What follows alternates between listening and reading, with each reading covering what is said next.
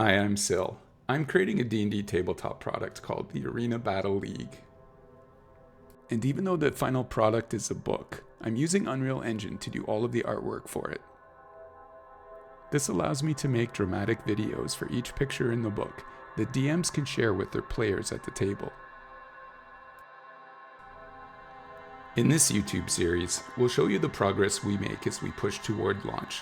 Welcome to Sil Creates.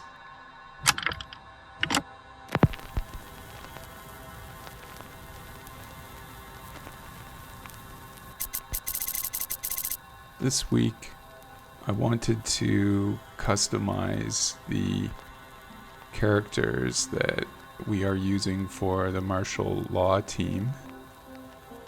And I purchased a cape pack that I thought would make them look more courtly. This is Judge. I was trying to go for something that looked very Judge-like. But I ran into some significant problems with the physics collision on the clothing. This happens quite a lot in Unreal Engine. When you're working in 3D, everything looks good on paper, and you see lots of videos and tutorials showing how you can do things like create cloth assets and apply physics to them. But in practice, a good majority of the time things don't work as designed. Unreal Engine uses a simplified capsule system to approximate the shape of complicated meshes, since it's a real-time gaming system. But I couldn't get the cape to collide with the capsules of my character no matter what I tried.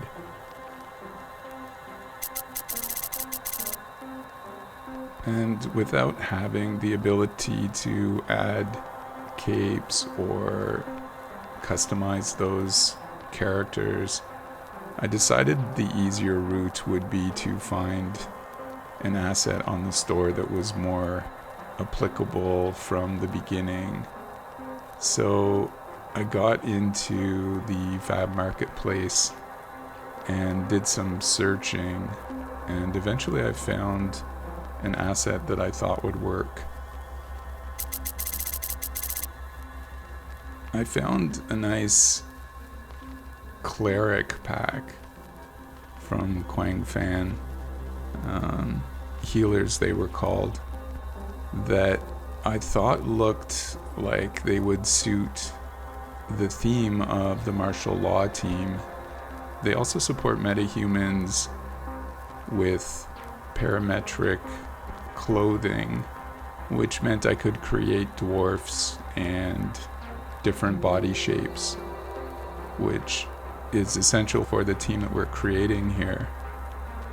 So I went ahead and purchased them and began the process of updating and customizing them for my usage.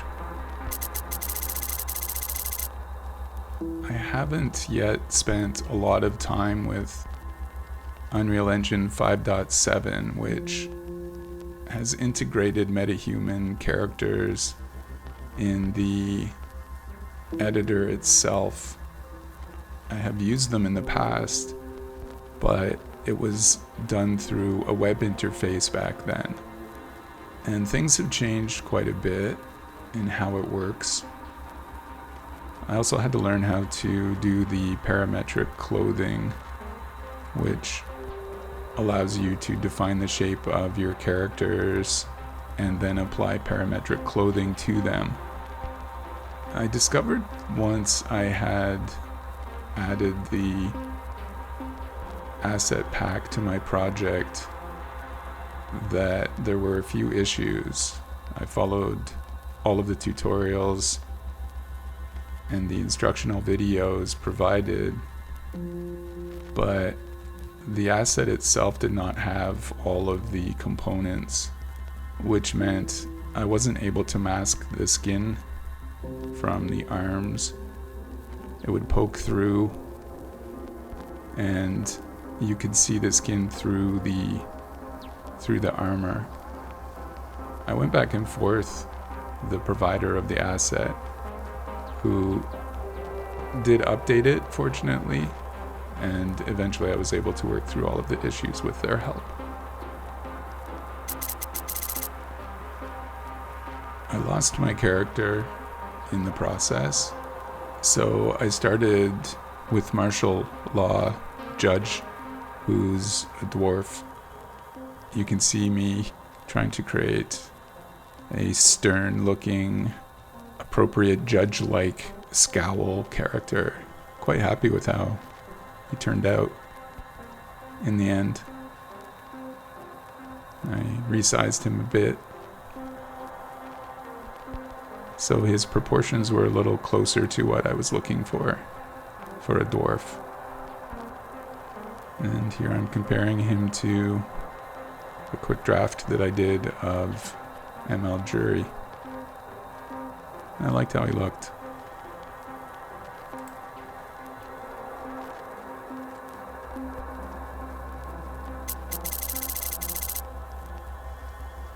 Here I was working on ML Jury, martial law jury, when Unreal Engine did its favorite thing that we all love so much.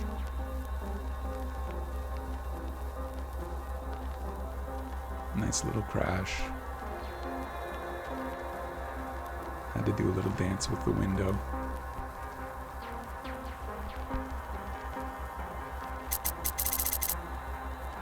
I had to start over, and there you could see some of the skin poking through issues that I had before I got support from the creator of the asset. The asset is modular. You can see I have different types of armor that I can apply here.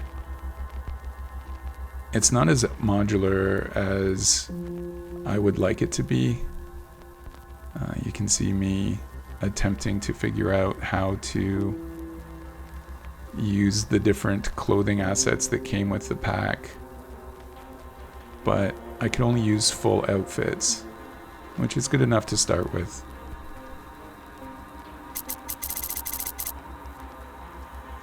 I then moved on to our next character, Martial Law's Executioner. You can see the customization that I'm doing to create this character. I wanted her to be very tall, but the customization system in Unreal Engine is very strange. You can very quickly warp the shape of the body into inhuman ways. And you can see here I basically did a reset because I couldn't get the arms and shoulders to be shaped properly. The helmet came with white hair, so I used the groom system in Unreal Engine to create a grayish white hair to closely match the hair that came with the helmet.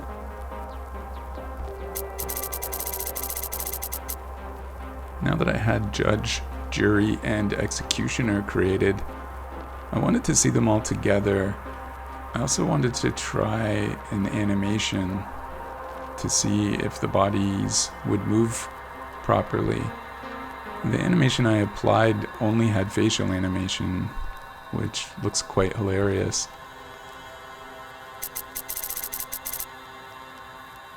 Finally, it was time to move on to our fourth team member of martial law. We had to break the string of Judge, Jury, and Executioner and decided that Bailiff would be a nice fourth. And I wanted Bailiff to look a little more tougher. She is the enforcer in the courtroom. She looks like you don't want to mess with her.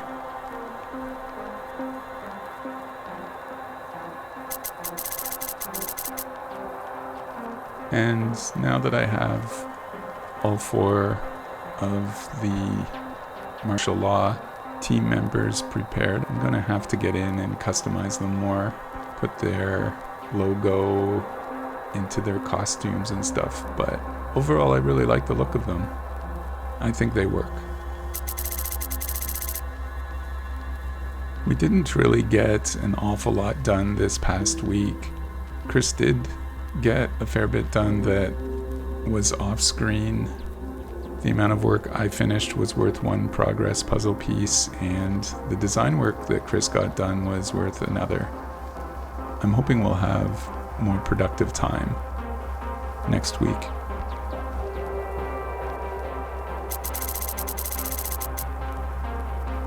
And the PSA for this week,